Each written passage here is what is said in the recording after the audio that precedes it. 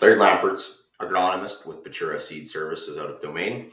And I want to take 5 minutes to share with you 4 thoughts that I have after the crop year of 2023, soybean crop specifically, and as we think about the crop year of 2024 in soybeans to make sure you have success in 24. So, watch outs for next year. Phytophthora or Pythium. This is a picture of Phyro Root Rot. We haven't seen a lot of Phyro Root Rot in our soybean crops in the last couple of years, a large part due to dry Junes.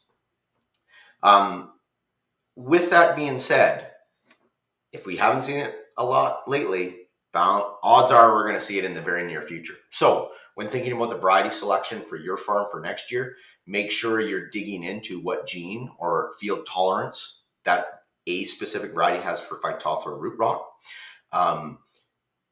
They're all listed and they're all available to you. It's important to think about what soybean variety you grew on that field that you're growing next year and identify which resistant genes it has. There is many different strains that we can have in Manitoba soils. There are 4 or 5 that are the main ones.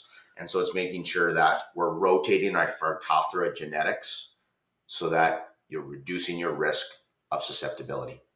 This is a picture this year in a dry year on our farm on a new variety that was potentially slated to come out in 25 or 26. It very well might not now. And this variety, we had our first significant rainfall on July 20th. I wish it was June 20th. And about 10 to 14 days after July 20th, that's what it looked like. We have a small area between our bins and our new tree row, and the Phytophthora showed up very high rates on this variety, which field tolerance was on the low side. So this variety probably isn't going to be coming to the marketplace because of these characteristics. However, what you can see is on the sides of the drain where the spores will float on water and deposit on the side of the drains, that's where the spore load was the highest, and that's where the infection started the soonest. And so in the bottom of the drain, the Phytophthora never set in, but on the outside, it completely decimated it. So that's watch out number 1 for next year, Phytophthora. Watch out number 2, IDC. There wasn't a lot of IDC this past year in 23 or in 2022. And a large part of that had to do with a warm June in 23 and a wet June in 22. So because of that, our risk scenarios for IDC, iron deficiency chlorosis, on high bicarbonate soils was low. This is a picture from years ago, 2015, 2016, of a variety that's no longer in the marketplace, but I share it because varieties can make a big difference in tolerance to IDC. And the other component of this, outside of what you can do to control, which is variety selection, is after a dry year, which was the crop year of 23 in large areas of Manitoba, is we pulled a lot of subsoil moisture up from the bottom with our canola, our corn, our sunflowers, our canola. And as we draw water up, what also that does is allow salts to percolate up. So we typically always see higher salt contents, higher in the soil profile after a dry year. And that is one component that is going to create a higher risk for IDC after a drought year. So watch out number 2. Watch out number 3. Lots of soils in lots of areas of Manitoba this year had very high residual nitrogen levels. And what does high residual nitrogen mean?